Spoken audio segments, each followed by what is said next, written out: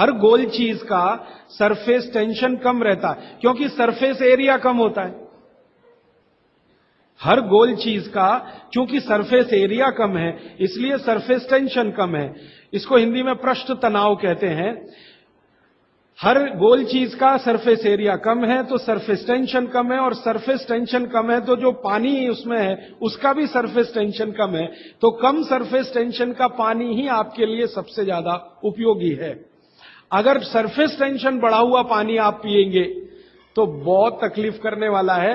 Surface tension बढ़ी हुई कोई भी चीज आप खाएंगे तो तकलीफ करने वाली है, क्योंकि उसमें शरीर को तकलीफ देने वाला एक्स्ट्रा प्रेशर आता है। तो गिलास का पानी और लोटे के पानी में जमीन आसमान का अंतर। आप सभी का स्वागत है आपके अपनी YouTube channel Ayurvedic secrets of health में। इसी तरह से कुएं का पानी, कुआं गोल है ना, सबसे अच्छा।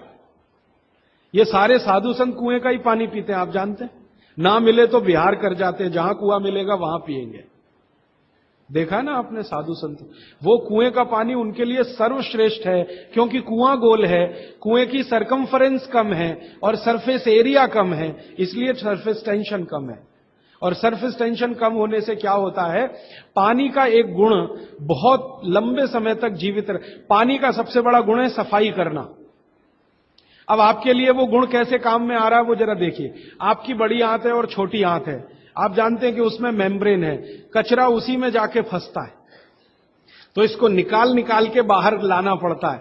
ये तभी संभव है जब सरफेस टेंशन कम वाला पानी आप पी रहे हैं। तो अगर सरफेस टेंशन बढ़ा हुआ पानी है तो ये कचरा बाहर नहीं निकालेगा।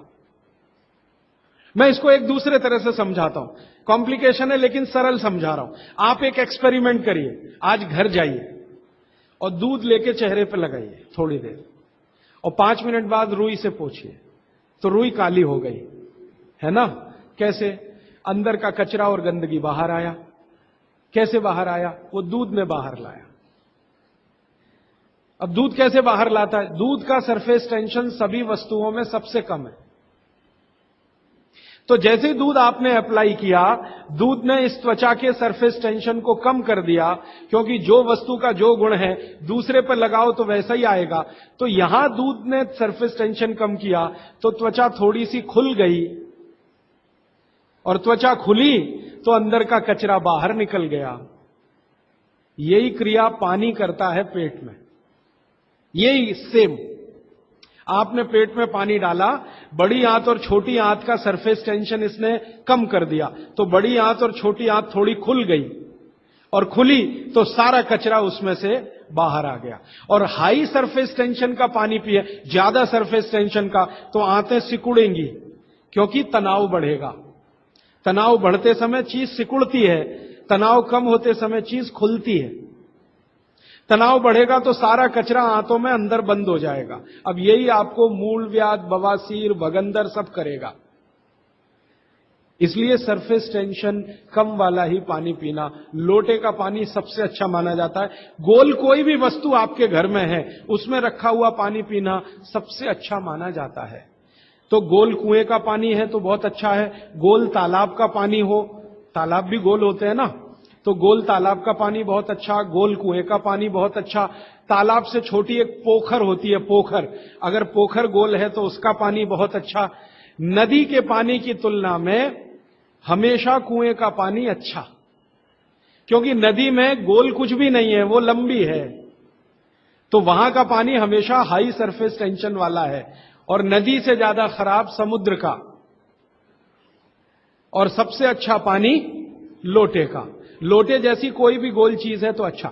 अब आप इसको प्रकृति में भी महसूस करेंगे, बारिश का पानी गोल होके ही नीचे आता है, माने बूंदें सब गोल हैं, क्योंकि उनका सरफेस टेंशन हमेशा कम है।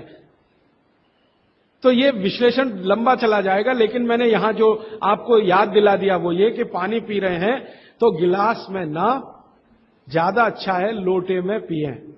तो लोटे वापस लाएं घर में, लोटे ही निकल गए, अब गिलास घुस गए, और लोटे निकले ना तो लाखों कारीगरों की जिंदगी खत्म हो गई जो लोटे बनाते थे। खत्म हो गए कि नहीं? कसेरे खत्म हो गए। गांव गांव में कसेरा शब्द समझते हैं? वो ठोक पीट के लोटा बनाने वाले आदमी को कसेरा कहते हैं। वो पीतल के लोटे बनाते थे, कांसे के लोटे बनाते थे, सब मर गए बेचारे हमारे गिलास के चक्कर में। तो भागवत जी को अगर मानना है तो लोटा लाए, गिलास थोड़े कम करें, पानी लोटे का बहुत अच्छा। आगे बढ़ें, पानी कभी भी खड़े होकर ना पिए, ये मैंने पहले बता दिया है, फिर रिपीट कर रहा हूं, हमेशा बैठ के पिए। फिर उसके आगे का एक सूत्र है कि ठंडा पानी कभी ना पिए, और इस ठंडे पानी का ये यहां पर भी एक विश्लेषण में नया दे दूं आपको कि हर ठंडे पानी का सरफेस टेंशन बढ़ा हुआ होता है।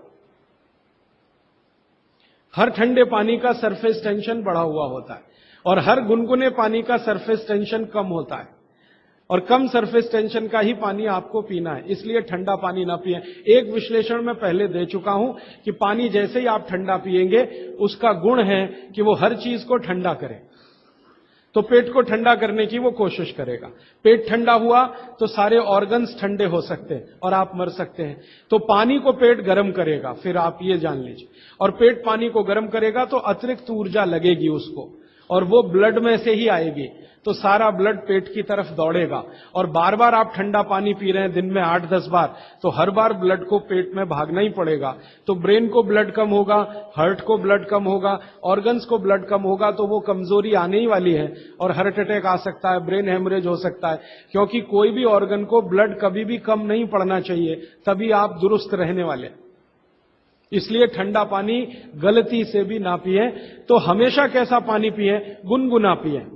एक समय के लिए भागवत जी ने कहा है कि जब बहुत तेज गर्मी पड़ती हो, आपके यहां तो पड़ती है, मार्च, अप्रैल, मई, जून, तो वो कहते हैं कि मिट्टी के घड़े का पानी पिए। मिट्टी के घड़े के पानी को गुनगुना करने की जरूरत उतनी नहीं है, क्योंकि मिट्टी से ज्यादा शुद्ध पानी को करने वाली दूसरी कोई वस्तु दुनिया में नहीं। तो ये अब थोड़ा आगे चलें वो ये कि खाना जब भी खाएं, आपके लिए नियम है, स्टैंडिंग पोजीशन माने खड़े होके कभी ना खाएं, हमेशा बैठ के खाएं। बैठने की स्थिति ये सबसे अच्छी है। कुर्सी पे भी अगर मजबूरी में बैठ रहे हैं तो इसी स्थिति में बैठ के खाना, नहीं तो जमीन पे तो बहुत ही अच्छा है। फिर उसके बाद एक नियम जो आपको जरूर पालन करना चाहिए, बहुत आवश्यक है आपके लिए, कि दो विरोधी वस्तुएं साथ में कभी ना खाएं। आप जैन हैं तो आपको तो सब अच्छे से समझता, भक्ष और अभक्ष का ज्ञान सभी साधु महाराज देते हैं, साध्वी जी देते हैं। दूसरे लोगों के लिए कह दूं, दूध और दही साथ में नहीं खा सकते, विपरीत हैं। हालांकि दूध से ही दही बनता है, लेकिन दूध और दही की प्रकृति एकदम अलग है। दूध कुछ और काम करता है, दही बिल्कुल अलग काम। तो दूध दही साथ में ना खाएं। दूध और दही की बनाई हुई कोई भी वस्तु साथ में ना खाएं। खीर खा रहे हैं तो दूध की है, तो कढ़ी नहीं खा सकते। कढ़ी खा रहे हैं तो दही की है, तो खीर नहीं खा सकते। कुछ भी ऐसी वस्तु जिसमें दूध और दही उपयोग है, वो साथ में नहीं। एक इसी तरह से शहद और घी आपके लिए बिल्कुल वर्जित है, आप बिल्कुल साथ में ना खाएं। शहद अलग खाएं, घी अलग खाएं। शहद ना खाएं तो भी चलेगा, गुड़ खाएं। अच्छा, ये बड़ी विचित्र स्थिति है, गुड़ और घी साथ में जरूर खाएं, शहद घी साथ में ना खाएं। गुड़ को बेहतर तरीके से अगर खाना चाहते, गुड़ तो वैसे ही सबसे बेहतरीन चीज है दुनिया की, लेकिन और बेहतर बनाना चाहते हैं तो उसमें जरूर घी मिला के खाएं। तो गुड़ घी चलता है, शहद घी नहीं कभी भी। इसी तरह का एक नियम है कि जैक फ्रूट माने फणस, कटहल दूध के साथ सबसे खतरनाक है। और मैंने कहा खट्टे फल जितने भी हैं, संतरा है, मौसम्मी है, वगैरह वगैरह, ये दूध के साथ बिल्कुल नहीं चल सकते। एक ही फल है, भागवत जी कह रहे हैं, जो खट्टा भी है और दूध के साथ जरूर खाएं, वो आंवला है। आंवला ये जरूर दूध के साथ खाएं। इसके आगे का एक नियम है, वो द्विदल वाला एक नियम तो बता ही दिया, द्विदल और दही ना खाएं। और मजबूरी है कोई खाने की तो दही को गर्म करें, माने बघारें, तासीर उसकी गर्म करें, फिर आप खाएं, नहीं तो ना ही खाएं तो अच्छा है। द्विदल खा रहे हैं तो 1-1.5 घंटे बाद दही खाएं। छाछ अगर खा रहे हैं द्विदल के साथ तो 1-8 घंटे के बाद पी लें। और अगर पीनी ही है तुरंत, प्यास नहीं रुक रही है, तो छाछ को बघारें, माने उसमें अजवाइन हो, थोड़ा जीरा हो, हींग हो, उसका छोंक लगाएं तो उसकी तासीर बदलती है, तो आप ले सकते हैं। और इसके आगे का एक नियम कि सुबह का खाना 9:30-10 बजे तक, क्योंकि उस समय जठर अग्नि सबसे ज्यादा तीव्र है और शाम का खाना 5-6 बजे तक। ये मैंने आपके हिसाब से कैलकुलेशन किया। भागवत जी ने कहा इसमें जलवायु का, मौसम का ध्यान रखना है। तो आपके हिसाब से, माने आप चेन्नई में हैं तो 9, साढ़े 9, 10 बजे तक भरपेट खाना खाएं, शाम को 5-6 बजे तक भरपेट खाएं।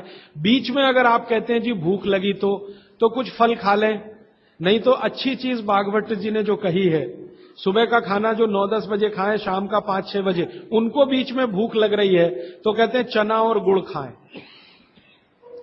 शेंगदाना और गुड़, माने मूंगफली और गुड़ खाएं, माने उस समय आप चिक्की खाएं, क्योंकि गुड़ और चना, गुड़ और मूंगफली उसमें है। दोपहर को अगर भूख लग रही है, चिक्की आप चाहें तो अच्छी भी खा सकते हैं, माने ज्यादा भी खा सकते हैं।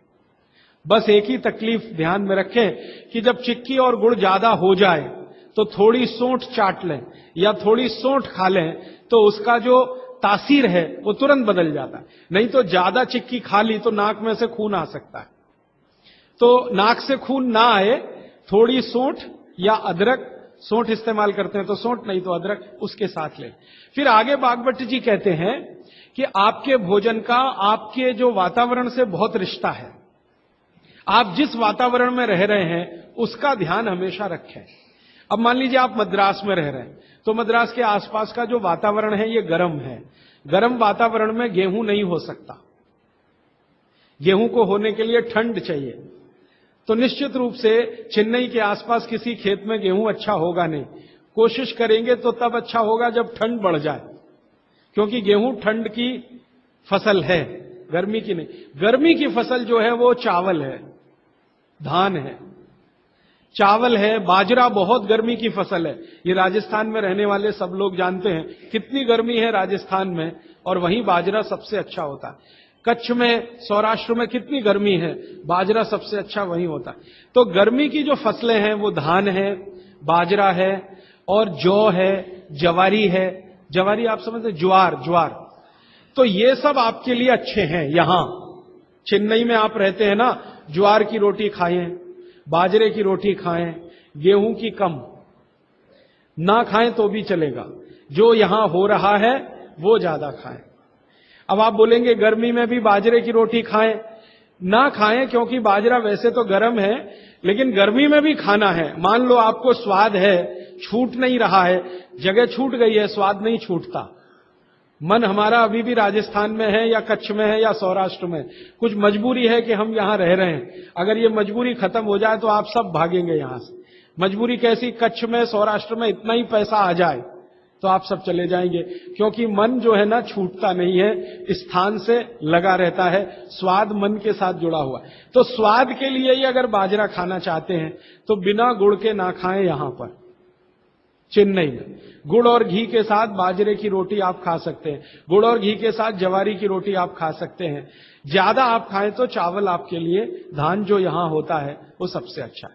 तो तासीर ध्यान रखें, आबो हवा का ध्यान रखें, वातावरण का ध्यान रखें, हर बनाते समय भोजन में और खाते समय भोजन। ये कुछ सूत्र हैं जो बहुत आवश्यक हैं आपके लिए, मैं मानता हूं, जो मैंने आपको पिछले एक 45 मिनट या 30 मिनट में जो रिपीट किए, जिनको मैं बहुत आवश्यक मानता हूं। और इसमें से एक सूत्र छूट गया जो बहुत आवश्यक, सुबह सुबह उठकर पहले पानी पिएं। सुबह सुबह उठकर पहले पानी पिएं। कारण मैं बता चुका हूं कि उठते ही आपके मुंह में जो लार बन रही है वो बहुत बहुत बहुत कीमती है, उसकी कीमत लगा नहीं सकते आप। वो एकदम अमूल्य चीज है, वो अंदर ही जाए तो अच्छा है। तो आप उठते ही पानी पीने का नियम बनाएं। कितना पानी पिए? मैंने बताया था 18 से कम उम्र के जो बच्चे हैं उनको लगभग 1.5 से 2 गिलास, 60 से ऊपर के जो बुजुर्ग हैं उनको भी 1.5 से 2 गिलास, और आप जिस उम्र में हैं 18 से 60 तो कम से कम 3 गिलास। पीने का तरीका वही है, सिप सिप सिप सिप करके पीना। और ये सुबह का पानी अकेला पानी है जो बिना प्यास के भी पीना। जी, ये मुख्य नियम मैं मानता हूं आपको जरूर धारण करने चाहिए। और मेरी एक दूसरी गुजारिश है, आप जितने भी लोग बैठे हैं इन सब नियमों को पालन करें। आज से कुछ ने तो शायद शुरू भी किया है 2-3 दिन से, जरूर पालन करें। हो सकता है कि 6 महीने के बाद, 8 महीने के बाद मेरी आपकी फिर मुलाकात हो, तब आप मुझे इसकी रिपोर्टिंग करें। रिपोर्टिंग करें। क्यों? मैं आप सबको भागवत का चेला बनाना चाहता हूं। मैं ये चाहता हूं, मैं विनम्रतापूर्वक कह रहा हूं, मैं ये चाहता हूं कि जो ज्ञान मैंने 6 साल में लिया, ये साल भर में आपके पास पूरा पहुंच जाए। क्यों? आप तो इसको अपने जीवन में पालन करके स्वस्थ रह ही सकते हैं, अपने परिवार को भी रख सकते हैं और पड़ोसियों को भी रख सकते हैं। और भागवत ने कहा है कि जो अपने दुखों को दूर कर ले और दूसरों के दुखों को दूर करने का काम करे, वो ही मोक्ष का भागी है, माने भागीदार हो सकता है। तो मैं चाहता हूं आप सब मेरे साथ मोक्ष में चलें, वहां भी हम यही करेंगे, तो आप अच्छे हो जाएंगे, देश भी अच्छा हो जाएगा। ये कहकर मैं अब प्रश्नों की तरफ चल रहा हूं। प्रश्न मेरे पास भरपूर आ चुके हैं। मैं कोशिश ये करूंगा कि जो प्रश्न एक बार उत्तर आ गया उसको दोबारा नहीं दूंगा। हो सकता है किसी व्यक्ति ने वो प्रश्न रिपीट किया। ज्यादातर प्रश्न जो हैं वो रोगों से संबंधित हैं। इस रोग में क्या करें, उस रोग में क्या करें। तो सबसे पहला प्रश्न जो मैं सबसे आसान मानता हूं, आंखों के नीचे काले धब्बे आ गए हैं तो क्या करें। मैं इसका उत्तर पहले दे चुका हूं, फिर दोहराऊं। आपको सबसे अच्छा आसान उपाय मैं बता रहा हूं, वो ये, जिनको भी डार्क सर्कल है सवेरे उठें, सबसे पहला जो आपका थूक है, मुंह का लार है, इसको आंखों के नीचे लगा के मालिश करें, हल्की हल्की मालिश करें। आपके सारे डार्क सर्कल खत्म हो जाएंगे। और ये जो सुबह का मुंह का लार है, इससे आप अपने त्वचा रोग भी ठीक कर सकते हैं। खाज है, खुजली है, दाद है, सोराइसिस है, इचियोसिस है, एक्जिमा है, हर जगह इसको अप्लाई करें और हल्की हल्की मालिश करें। कोई कहेगा कि बहुत ज्यादा शरीर में है तो इतना तो थूक बनता ही नहीं है और पूरे शरीर पे लगाना पड़े तो ऐसी स्थिति में आप मुझे व्यक्तिगत रूप से शाम को 4 बजे मिलें। मैं आपको एक ऐसी दवा बता दूंगा या लिखा दूंगा जो थूक भी बढ़ा देगी और आपकी शरीर की खाज, खुजली, दाग, धब्बे सब मिटा देंगे। वो व्यक्तिगत है। नींद बराबर नहीं आती, नींद बराबर नहीं आती है तो इसका माने एक ही आप जान लीजिए कि आपके शरीर में अगर वात बढ़ा हुआ है, वायु बढ़ी हुई है, तो अच्छी नींद कभी नहीं आएगी। तो इसके लिए बहुत सरल उपाय मैंने बताया था। रात को गाय का घी हल्का गर्म करके दोनों नाक में डाल के सोएं। गाय का घी हल्का गर्म करके, जब वो तरल हो जाए उतना ही गर्म करें और एक एक बूंद दोनों नाक में डालें और हल्के से खींचें, ज्यादा तेज नहीं, बस इतना करेंगे अंदर चला जाएगा। बहुत खींचने की जरूरत नहीं है क्योंकि आगे चला जाएगा, जहां नहीं जाना चाहिए वहां भी चला जा सकता है। तो हल्का खींचकर छोड़ दें और सो जाएं, भूल जाएं। फिर नींद बहुत अच्छी आएगी, खर्राटे बिल्कुल बंद हो जाएंगे, स्नोरिंग बिल्कुल खत्म हो जाएगी। नींद के समय जो खराब सपने आ रहे हैं वो सपने कभी आएंगे नहीं, अच्छे ही सपने आएंगे जब भी आएंगे। रात में नींद कभी खुलेगी नहीं, 6 घंटे के पहले आप उठेंगे नहीं कम से कम। रात की नींद खुलने का एक वो तकलीफ आ गया ना, पेशाब आती है, नींद खुल जाती है। घी डाल के सोएंगे तो रात को नींद कभी नहीं खुलेगी, 6, साढ़े 6, 7 घंटे के बाद ही खुल। और बच्चों को तो जरूर करें, इससे और एक फायदा होगा, स्मरण शक्ति बढ़ेगी। ठीक है। तो अब एक ही कागज पर ये 3 प्रश्न थे, तीनों उत्तर दे दिए। अब आगे जिस कागज में ये प्रश्न आएंगे उत्तर नहीं दूंगा। अभी है हाई ब्लड प्रेशर, रक्त का ऊंचा दबाव, अस्थमा, पेट की कब्जी, और इसमें भी फिर आ गया है त्वचा का कालापन, वो मैं उत्तर दे चुका हूं। अब मैं आ जाता हूं, ब्लड प्रेशर हाई है। वैसे तो ब्लड प्रेशर हाई और लो होना ये काल्पनिक चीज है, कभी बाद में चर्चा करूंगा, लेकिन अगर आपके मन में बैठ गई है तो इतना ही जान लीजिए कि आपको जब लग रहा है और डॉक्टर कोई कह रहा है कि आपका बीपी हाई है, तो समझ लीजिए इसको भागवती जी दूसरे सूत्र में कहते हैं कि रक्त की अम्लता बढ़ी हुई है, एसिडिटी बढ़ी हुई है। अब रक्त में अम्लता है तो अम्लता को खत्म करने के लिए क्षारीय चीज खाएं, क्षार चीज खाएं, क्षार। अब क्षार वाली चीजें क्या है?